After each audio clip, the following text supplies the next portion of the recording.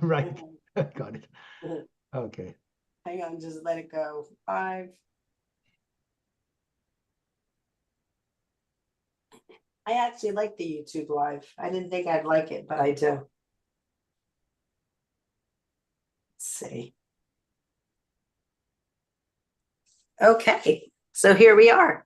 Let me see. Meeting is being live streamed. You may have to okay it. Does everybody have to okay it? Yes, okay. Oh, hold on. Yeah. Okay, 1 second. Oopsie. There we go. Okay. Okay. All right. So I think in the we were just saying that this must have been the 5th or 6th or maybe even 7th year that Dr. Libman has graciously provided his wisdom to our organization and on our telethon. And I tell you, the interview that Ginny does with him is just so amazing at the information that you just spool off. Like it just floors me how much knowledge you have and experience. So we're so gracious for you, and say hi to your kitty cats because they're beautiful. My Winter, my dog, one time Father Sam was doing the opening, and Winter wouldn't leave him alone, so he picked her up while he was praying. So it's okay. It's okay. Makes So it all the more natural. Yes. I'm gonna let Ginny do a little intro for you, just so whoever watches this has a little bit more information on you. And then I just have a few questions, as to the interview you just did with Ginny. So take it away, Ginny. Okay, well, Dr. Libman, who I've known since 2009, actually, he's been my neurologist. He is the vice chair of neurology at LIJ, co-director of the Stroke Center, professor of neurology, the Zucker School of Medicine at Hofstra Northwell. Several lines in your signature, and it's all very, very impressive. So, and we're always impressed. Yeah, I mean, I can't believe, like I said, how much. So I know that you were just talking about something that Dr. Lippman, you should have asked him. So can you follow up with that, Ginny, on the conversation you were just having with him, a question you had for him? Okay, yes, he was talking about the mechanical retrieval of large blood clots in the brain. And my question was, if the TPA, the clot buster tenecteplase, has already been administered, does that create a problem with them then going in with the catheter and pulling out that large clot? And that's a great question, Ginny. And it is absolutely no problem to treat with both clot busting drugs like IVTPA or tenecteplase, followed by mechanical clot retrieval, pulling out the clot, as we were discussing before. In fact, right from the very beginning, all of the studies of mechanical clot retrieval were done, which included patients who also received treatment with clot busting drugs. Now, of course, there will be many patients who don't come in within that 4.5 hour window. Remember, that's the standard now, 4.5 hour window for clot busting drugs. They come in later, and we have definite proof that mechanical clot retrieval is effective up to at least 24 hours.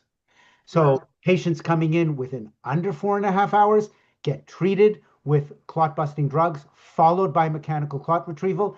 Patients coming in between 4.5 and 24 hours go straight to mechanical clot retrieval. And just by the way, as another side note, as I introduce slight little tidbits of additional information to you along the way, we didn't discuss it at any length, and maybe we will the next time.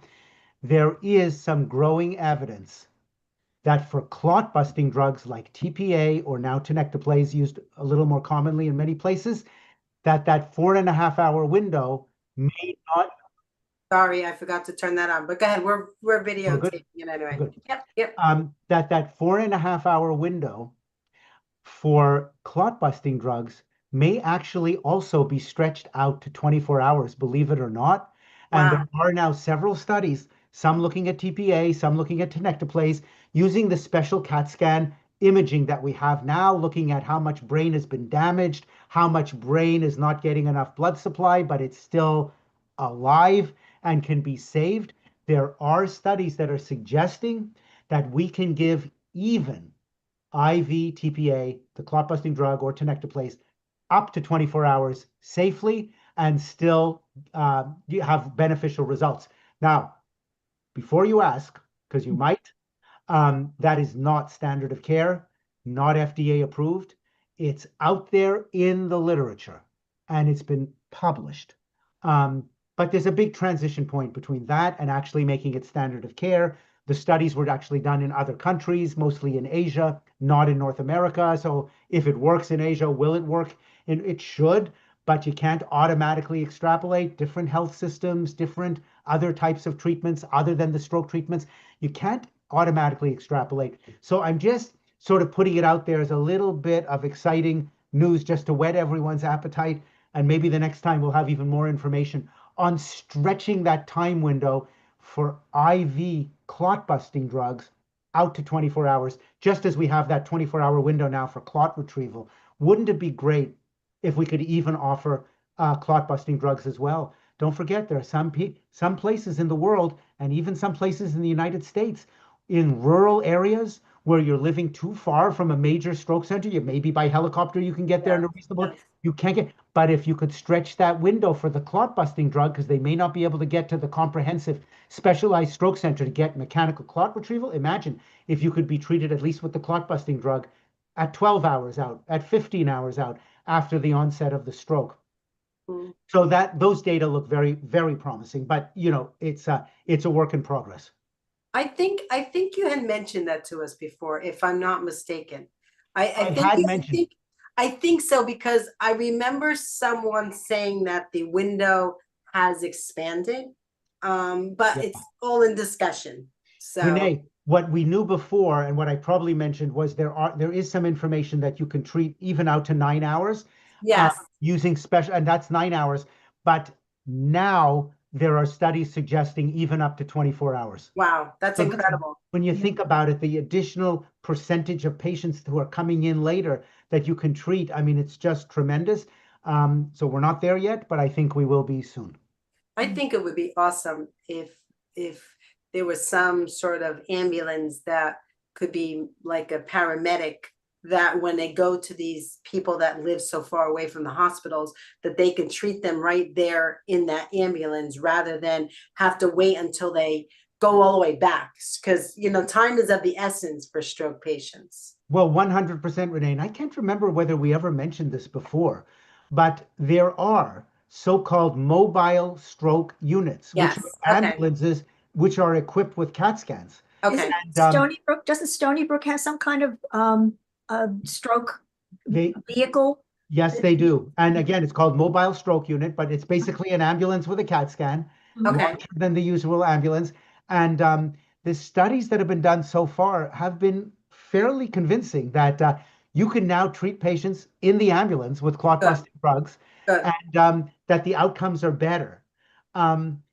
It's remained, not so widespread because the investment in that kind of technology is huge, and it's a huge amount of money.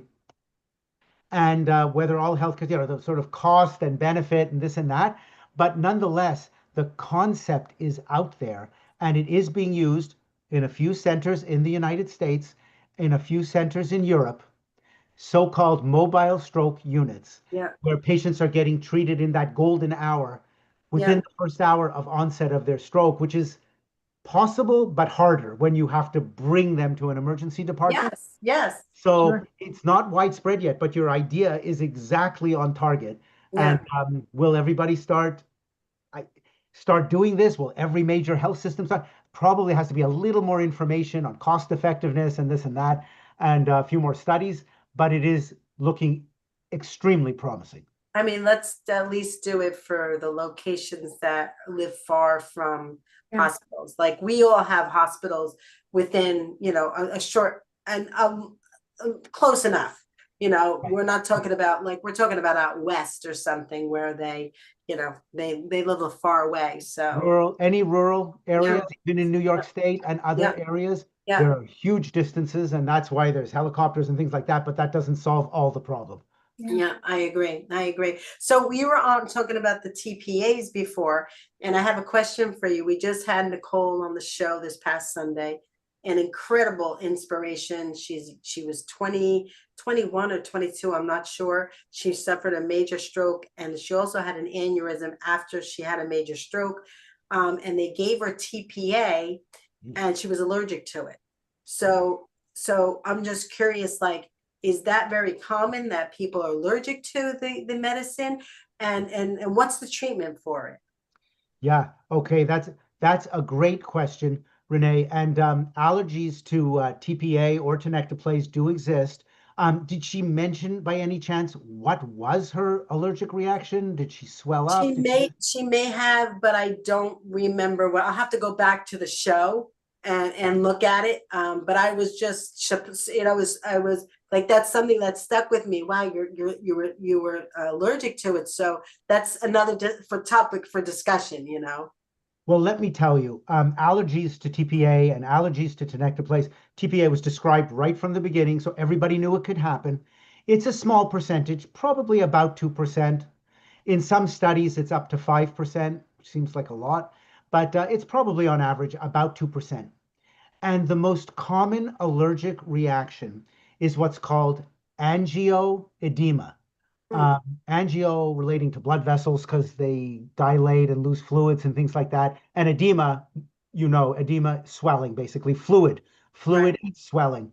Angioedema. And the most common reaction, allergic reaction to TPA or tenecteplase, so-called angioedema, tends to affect the lips and the tongue, so that you will see someone after within minutes sometimes of getting TPA, the lips and the tongue swell up. Usually it's manageable by giving things like Benadryl and one dose or maybe two doses of steroid like prednisone or something like that. Right. Those are Right. anti-inflammatories, Right. they just bring down swelling. Usually it's manageable by that. Sometimes it can be so severe that the person can't talk anymore because their tongue is so swollen. So it's not even part of the stroke, but rather because of actual physical swelling of the Right. tongue. And sometimes it can be so bad that it can start to block your airway. And then people need to have a tube, intubation tube down their throat and Wow. be put on a ventilator temporarily. That's very rare, but very rare. The most common is just swelling, and you can give Benadryl, that type of medication, and or some steroids like prednisone or something like that, and that does a very good job in taking it down. A small percentage have it. If you have it, it doesn't negate the benefits of TPA, by the way. Whatever it's doing for your stroke and breaking down blood clots and restoring the circulation to the brain still exists. It does not detract from the benefits of TPA.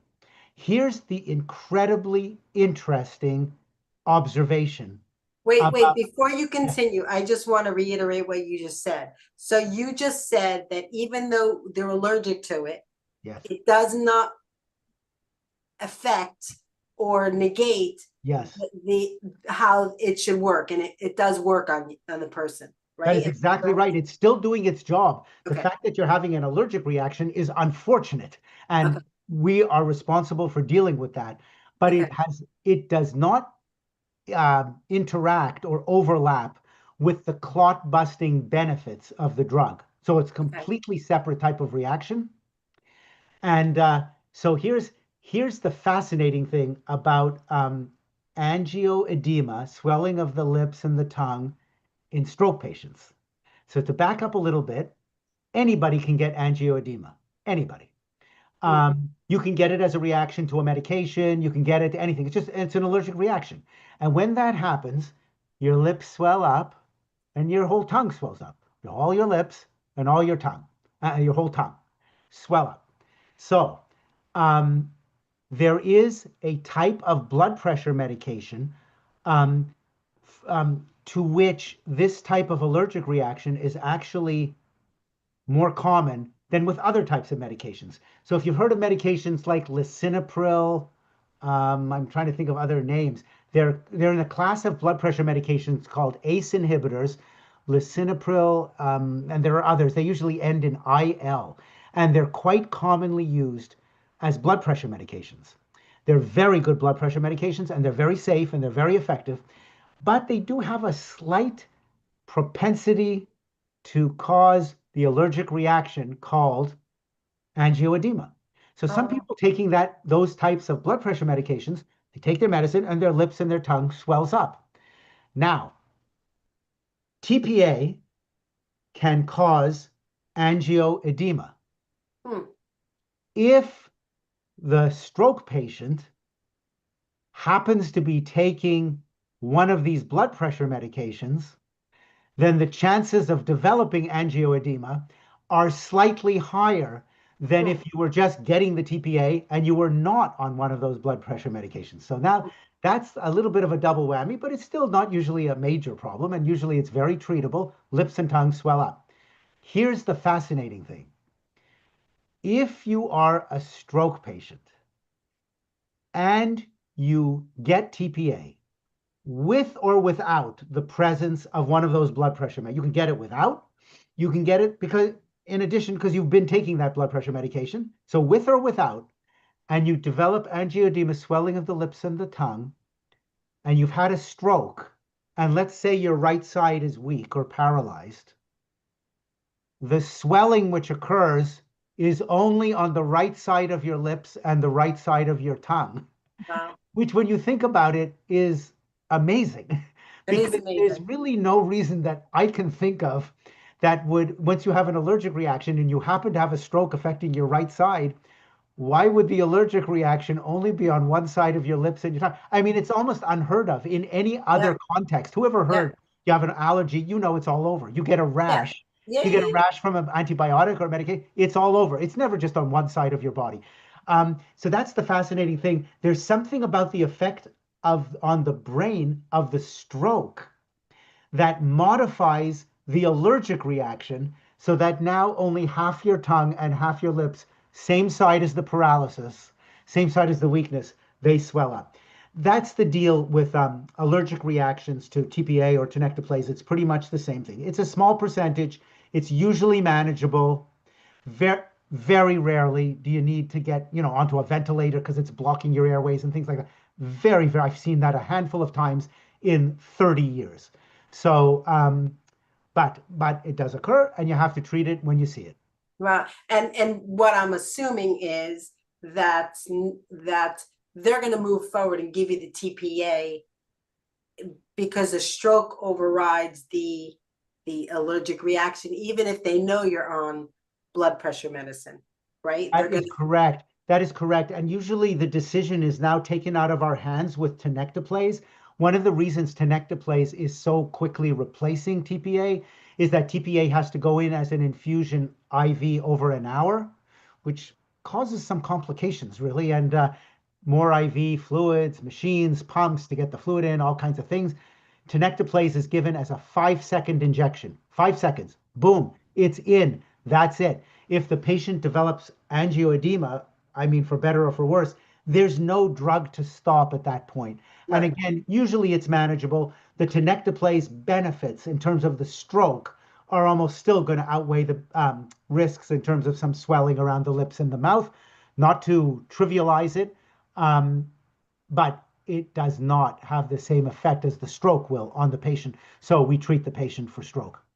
That's incredible. That's just, the information, it just blows me away, how the body works and how the mind works and just, we're miracles. Really? We're miracles Yeah. and so many miracles happen. And just the fact, like you're saying, that, if you have a stroke, the allergy only works on one side. That's incredible. That's something to like research and It's some amazing. it's No, I'm sure amazing. there are all kinds of theories as to why it happens, and you could call it a hemiallergy instead of a hemiparesis, half the body weak, hemiallergy. And there are all kinds of, complicated biochemical theories about why it happens, uh, Yeah.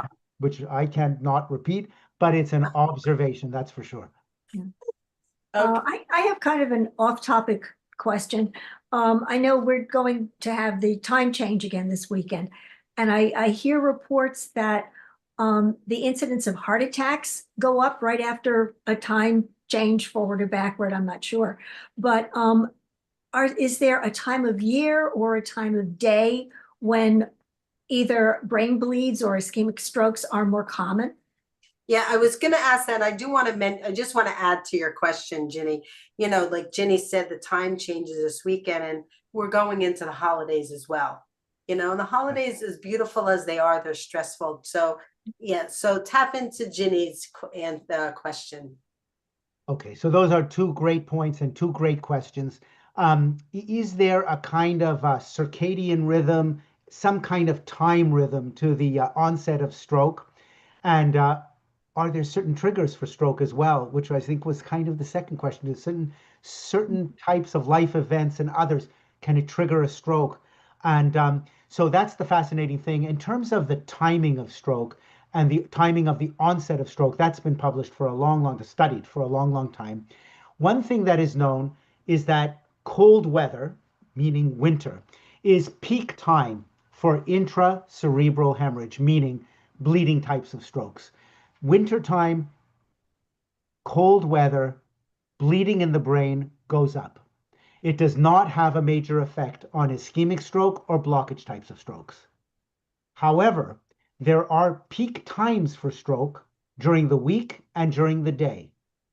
And most ischemic strokes due to blockage occur in the early morning or in the time frame between 6 a.m.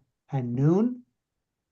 The second most common is between midnight and 6 a.m. And that's one of the problem childs of stroke, as you know, because then people are not aware they have their stroke. They wake up with their stroke. We can't quite figure out when it started, and we have to use all kinds of methods to decide if we can treat the patient or not with clot busting drugs. But that's the second most common in the middle of the night, basically. And then the interesting thing is that Monday mornings, compared to all other days of the week, are the most common time for strokes to occur. And so the morning effect may have something pretty physiological to implicate, because it turns out platelets are different in the morning, the little things in your blood that congregate together to block off blood vessels. Platelets behave differently in the morning. Blood pressure is different in the morning. And Monday morning in particular, of course, as many will know, is a stressful time. Now, I understand some people are unemployed and maybe retired and this and that. So maybe Monday morning has no specific difference compared to any other day. But for a large proportion of the population, still employed, and remember, stroke does affect a lot of employed age people. It's not just an old person's disorder. There's something about Monday morning and stress, most likely, which may act as a trigger for stroke. It's hard to know whether you should really use the term cause of stroke. That's kind of a controversial area. Should we call it a cause or do we call it a trigger? But maybe it would have happened anyway, but it sort of makes it a little more likely. And that, as a segue to Renee's question, how about holiday time? Stressful times, supposed to be happy times, and they are, but everybody knows the stresses that are associated with holiday times as well. And it has been pretty conclusively shown that any kind of emotional, psychological stress increases the chances of having a stroke within a limited time frame around that stress. So that it may not be 2 seconds later, but it may be in the next 24 hours or something like that of a stressful period. And then as the farther out you go in time from that stress, that increased risk of stroke seems to peter out.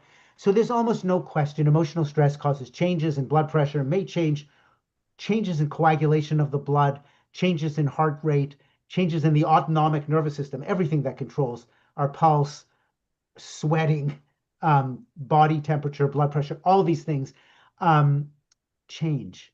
And so diurnal variation, meaning strokes more common at certain times in the day, mornings, and in that nighttime period between noon and 6 a.m. Monday mornings, seemingly the worst of all other days, and psychological stress being considered a trigger for stroke, to categorize it slightly separately from risk factors for stroke: high blood pressure, diabetes, smoking, cholesterol, physical inactivity, alcohol.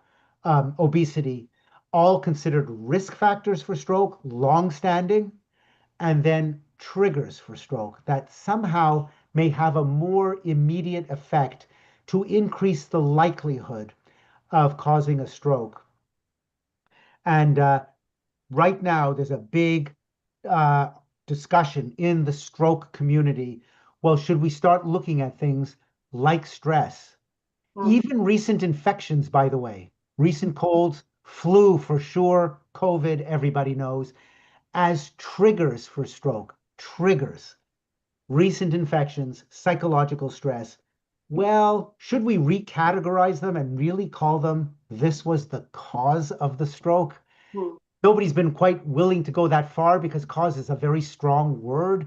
Like a blockage in a blood vessel is the cause of the stroke. Right, right. Atrial fibrillation, such a strong cause of stroke, risk factor, but cause because it releases a clot that travels up to the brain. Hardening of the arteries, atherosclerosis, a cause of a stroke.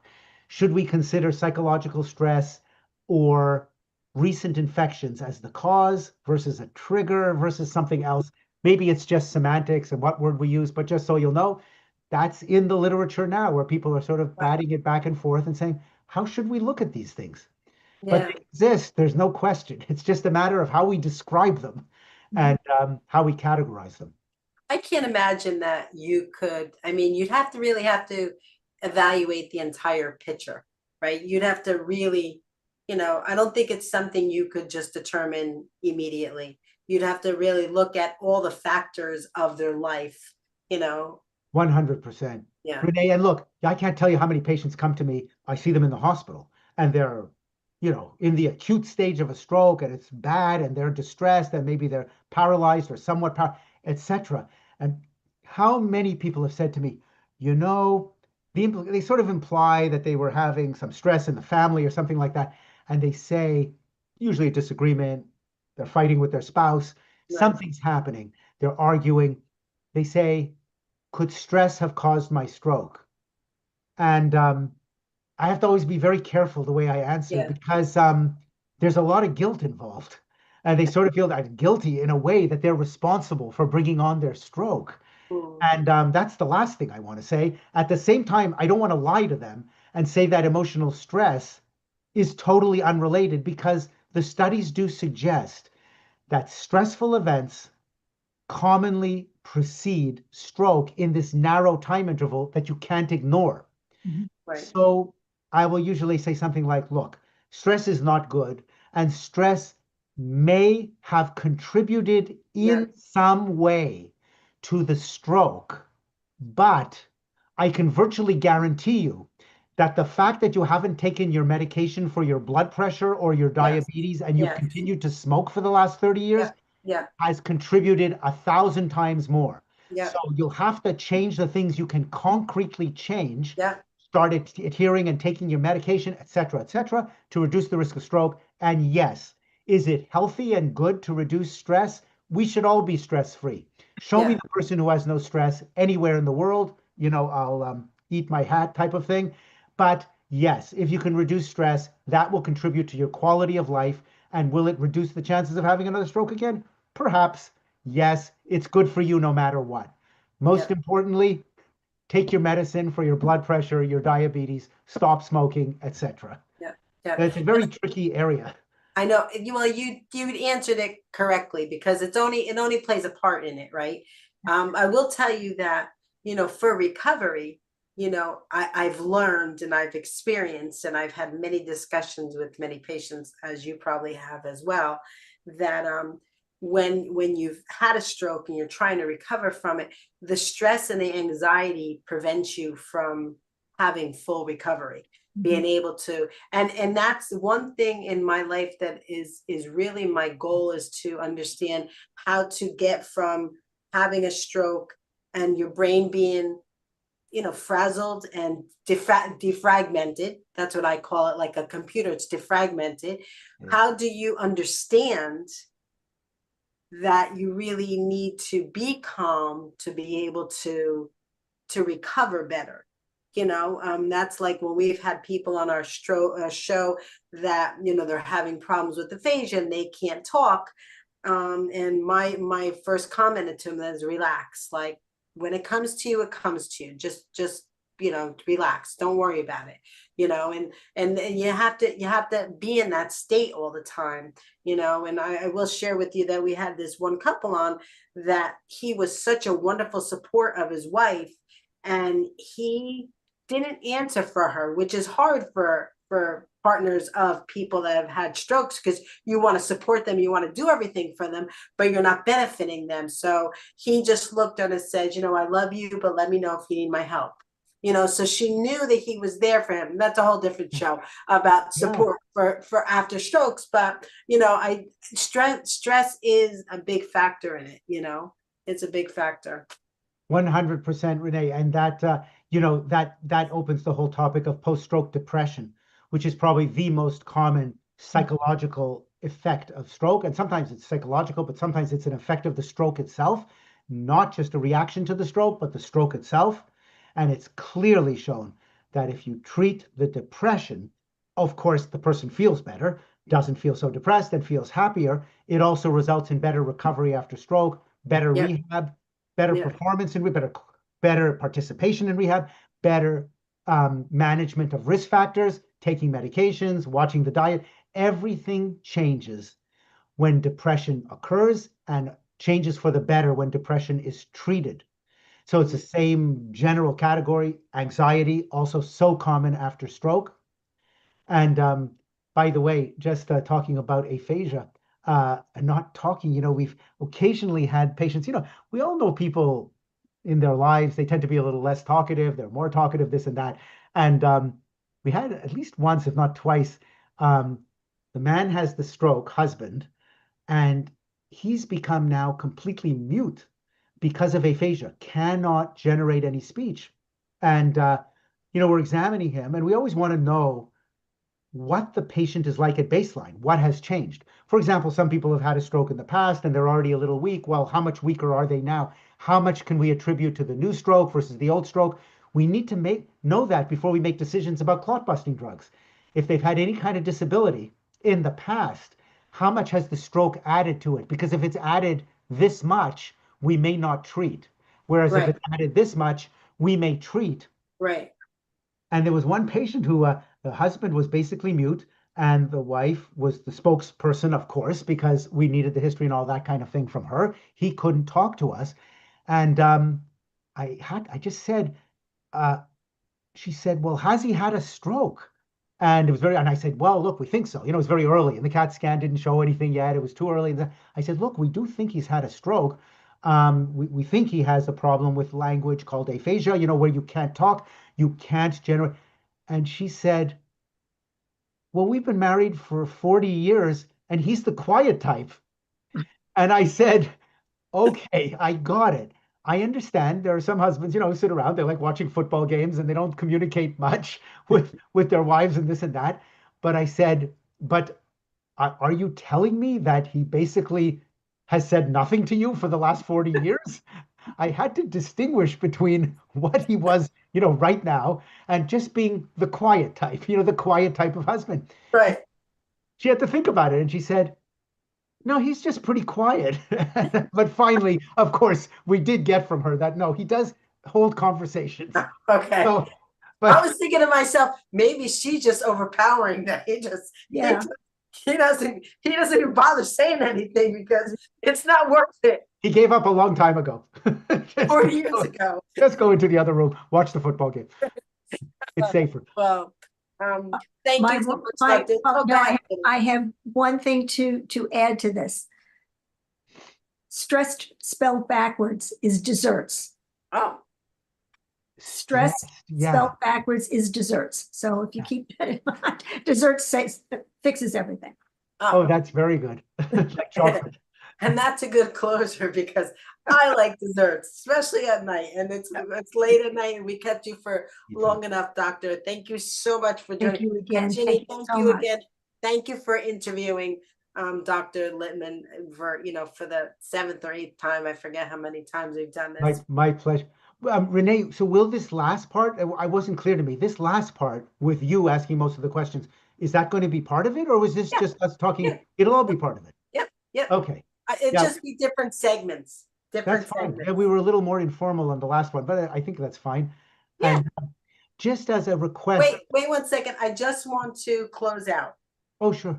Let me close out of the YouTube, okay? Sure. Thank you so much. It was a pleasure for having Dr. Lippman, and thank you, Ginny, for all you do for the foundation and everything. And we'll see you in a few weeks. Me and Ginny, we're having a telethon.